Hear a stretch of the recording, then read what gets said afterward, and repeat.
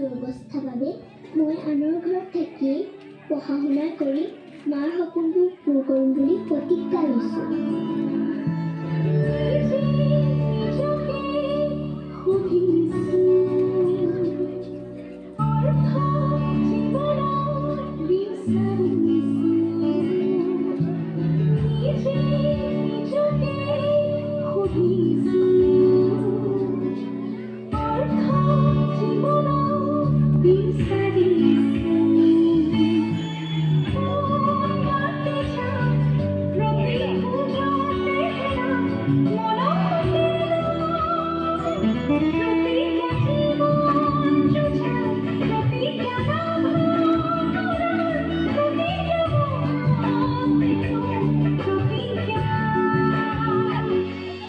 তৰা সোনকালে বাচনবোৰ আৰু বাথৰুমত থকা কাপোৰখিনি ধুই আন।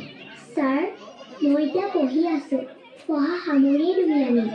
ঐ, তই যে মুখে মুখে উত্তৰ দিছ, ৰ তোক